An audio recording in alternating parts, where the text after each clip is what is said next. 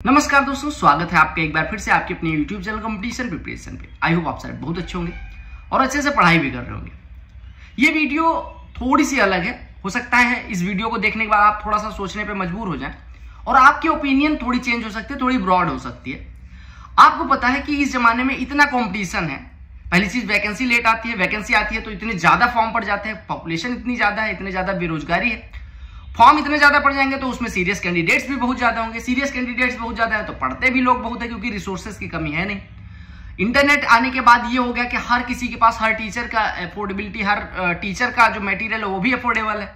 दूसरी चीज, मटेरियल भी सब तक पहुंच गया। ऑनलाइन डिलीवरी हर चीज की हो रही है। अगर बुक मंगानी है तो कहीं भी किसी कोने में बैठा व्यक्ति अपने लिए बुक मंगा ले रहा है। पहले ये चीज भी नहीं थी, पॉपुलेशन भी नहीं थी, वैकेंसी थी। उसके बाद लोग नौकरी पाने में जब इतना कंपटीशन था तो दिनों दिन कंपटीशन इसी वजह से कहते हैं ग्रेजुअल इंक्रीज हो रहा है। पॉपुलेशन भी बढ़ रही है, वैकेंसी कम हो रही है, इस इन्वेस्टमेंट हो रहा है, तो उन चीजों की वजह से ओवरऑल कंपटीशन बहुत ज्यादा बढ़ रहा है।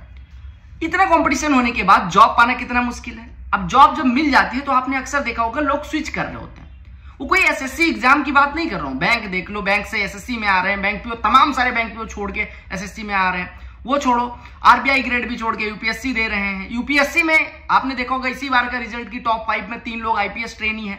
क्या ऐसा पड़ गया कि आईपीएस छोड़ के उनको आईएएस ही करना है? कोई तो वजह होगी जिसकी वजह से लोग अपनी पोस्ट छोड़ के, करंट पोस्ट छोड़ के अगली पोस्ट के लिए पढ़ रहे हैं। तो यूपीएससी का केस थोड़ा अलग है। मैं ये नहीं कह रहा वो भी अच्छी चीज है, बट उसमें वेटिंग लिस्ट है, इस वजह से कोई पोस्ट बेकार नहीं जाती। बट बाकी सारी जो भी एग्जाम्स है, लाइक एसएससी के मैं अगर बात करूं तो एसएससी में तो कोई वेटिंग लिस्ट है नहीं। इसका मतलब एक बार रिजल्ट आ गया उसके बाद आप नहीं ज्वाइन करोगे तो इसका मतलब ये नहीं कि वेटिंग लिस्ट है, नीचे वाला कोई सिलेक्ट हो जाएगा, क्योंकि यहाँ पे डिफरेंट ग्रेड पे की पोस्ट भी है, इस वजह से भी ऐसा।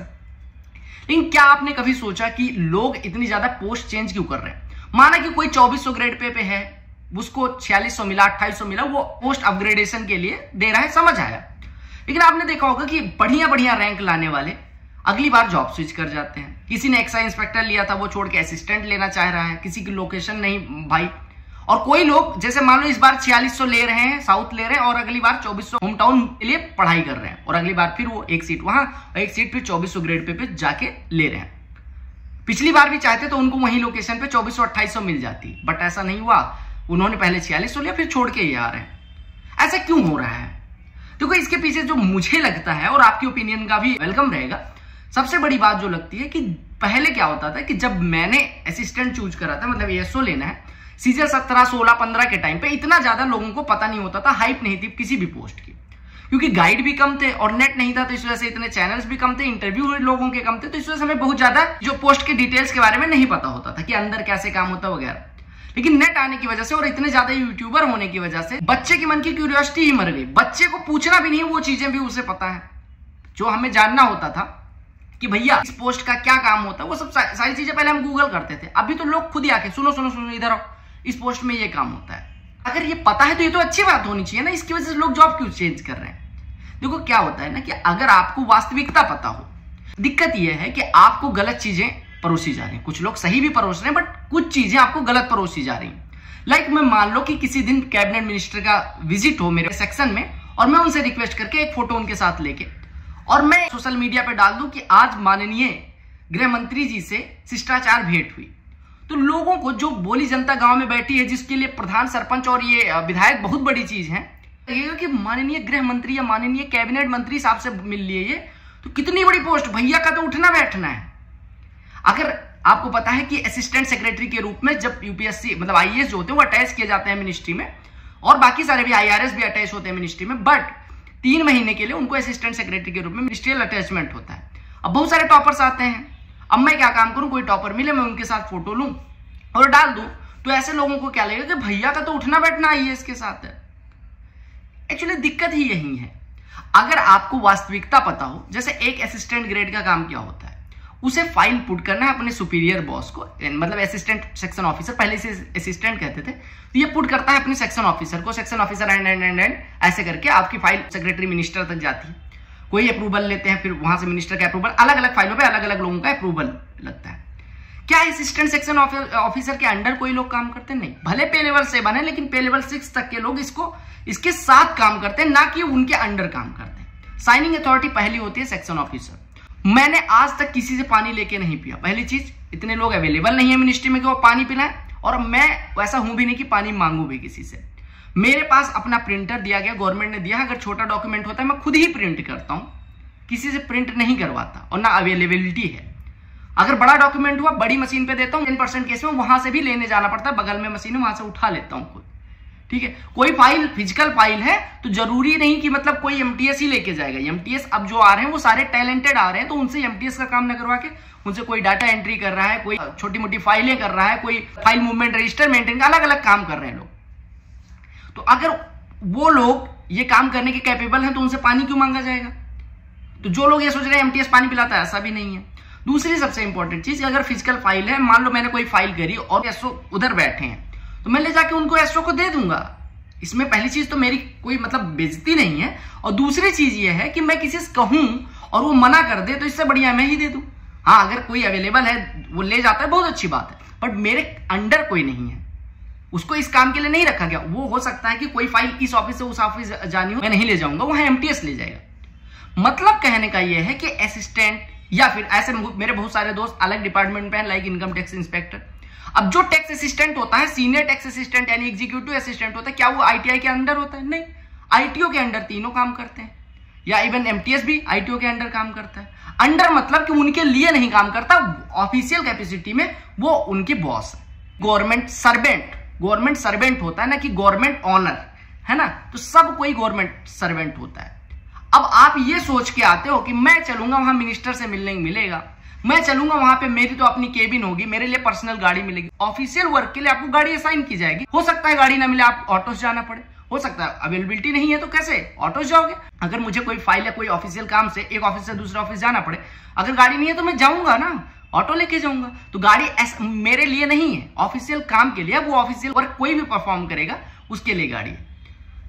ऐसे में बात करूं कि अब एक्साइज इंस्पेक्टर, लोगों को लगता है 3 स्टार मिल गया तो वो जैसे पुलिस में होता है, पुलिस डिपार्टमेंट में, कि वहां पे जो इंस्पेक्टर होता है उसके अंडर 3-4 एसआई, फिर उसके नीचे कांस्टेबल, फिर होमगार्ड, फलाना ढिमका, ये सब होते हैं, बहुत सारे लोगों का मालिक होता है, थाना प्रभारी होता है। यहाँ पे ऐसा नहीं है, यहाँ पे सारे बड़े ऑफिसर बैठे हैं। अगर हम हो सकता है स्टेट में हो तो 4600 ग्रेड पे या पे लेवल 7 पे बहुत भौकाल हो, लेकिन सेंट्रल गवर्नमेंट में इतने बड़े बड़े ऑफिसर कि वहां पे ज्वाइंट सेक्रेटरी भी बहुत सारे हैं।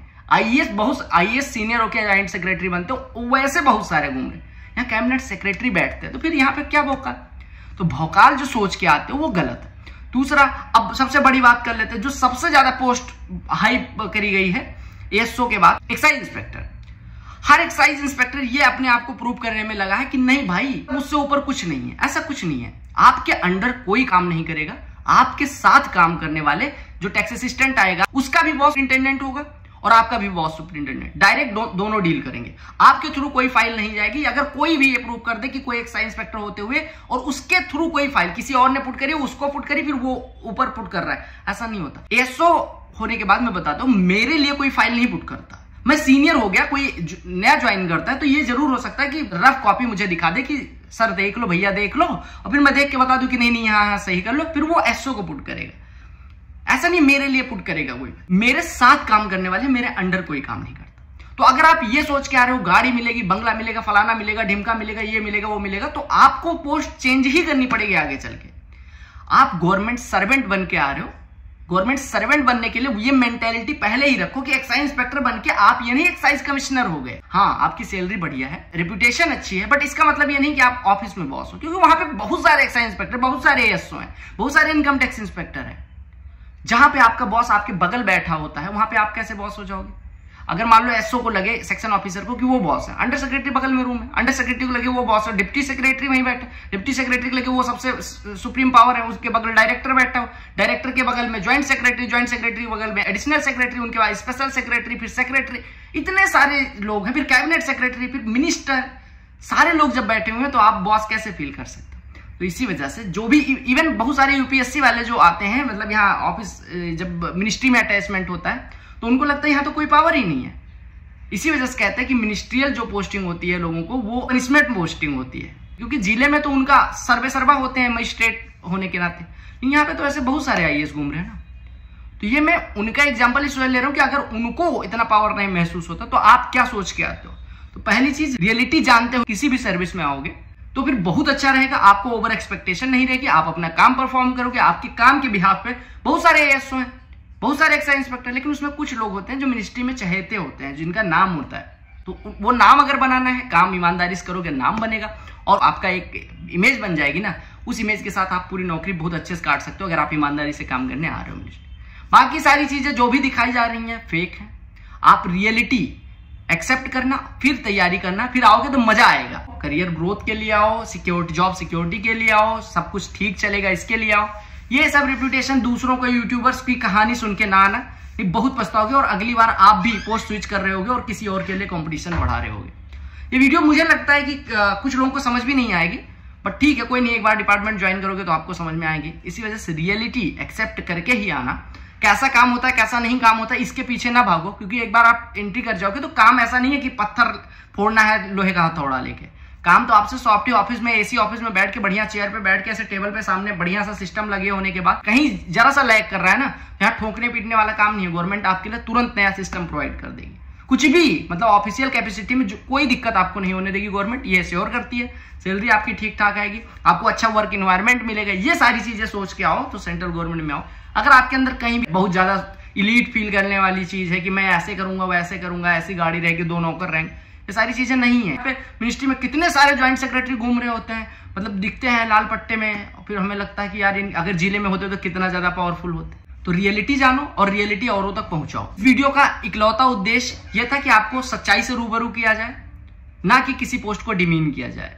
और टीचर्स भी चूंकि उनको बैच बेचना है, आपको ये वो फलाना ढिमका, कुछ ऐसा नहीं है। बढ़िया पोस्ट, ठीक ठाक वर्क इन्वायरमेंट जैसा कि मैंने बताया वो मिलेगा, और आराम से ईमानदारी से नौकरी करना, आराम से बहुत आगे जाओगे। बट कभी किसी के बहकावे में आके कि ये पोस्ट ऐसी है वो पोस्ट, किसी के कहने से ना लेना। पोस्ट सारी अच्छी है, जो भी जाओगे जहां भी जाओगे, जरूरी नहीं कि आप एक पोस्ट पे सारी चीजें मिल जाएं, बट हाँ ये है कि उस पोस्ट से रिलेटेड सारी चीजें आपको गवर्नमेंट प्रोवाइड करेगी। जो लोग तैयारी में आने वाले हैं उन तक जरूर पहुंचाएं। बाकी अगर आपको कुछ पॉजिटिव मिला हो इस वीडियो से तो कमेंट सेक्शन में बताएं, और अगर आपका ओपिनियन कुछ है इस वीडियो के रिगार्डिंग तो भी कमेंट सेक्शन में दें। बाकी हमारी एक सीरीज चल रही है जिसमें हम एसएससी सीजीएल 2023 के टॉपिक वाइज क्वेश्चंस को कर रहे हैं। हमने शिफ्ट वाइज करा है, काफी लोगों ने पसंद किया, 1.5-2 लाख लोग देख चुके हैं। तो ये वाली सीरीज फॉलो करें, लिंक डिस्क्रिप्शन में डाल दी जाएगी। पीडीएफ उसका टेलीग्राम पे शेयर किया जाता है, टेलीग्राम की भी लिंक डिस्क्रिप्शन में डाल दी गई, तो टेलीग्राम चैनल भी ज्वाइन करें। मेरा काम है, जो काम असाइंड है उसको अच्छे से करना। यूट्यूब भी मेरा एक टास्क है, ये मैंने कमिटमेंट कर रखी है कि रोज 20 मिनट 30 मिनट का एक कंटेंट रिकॉर्ड करूं, आपको बेस्ट चीज जो प्रोवाइड की जा सके, जिससे यहाँ ऑफिस में मदद करने से पहले मैं उनके सिलेक्शन में मदद कर पाऊं।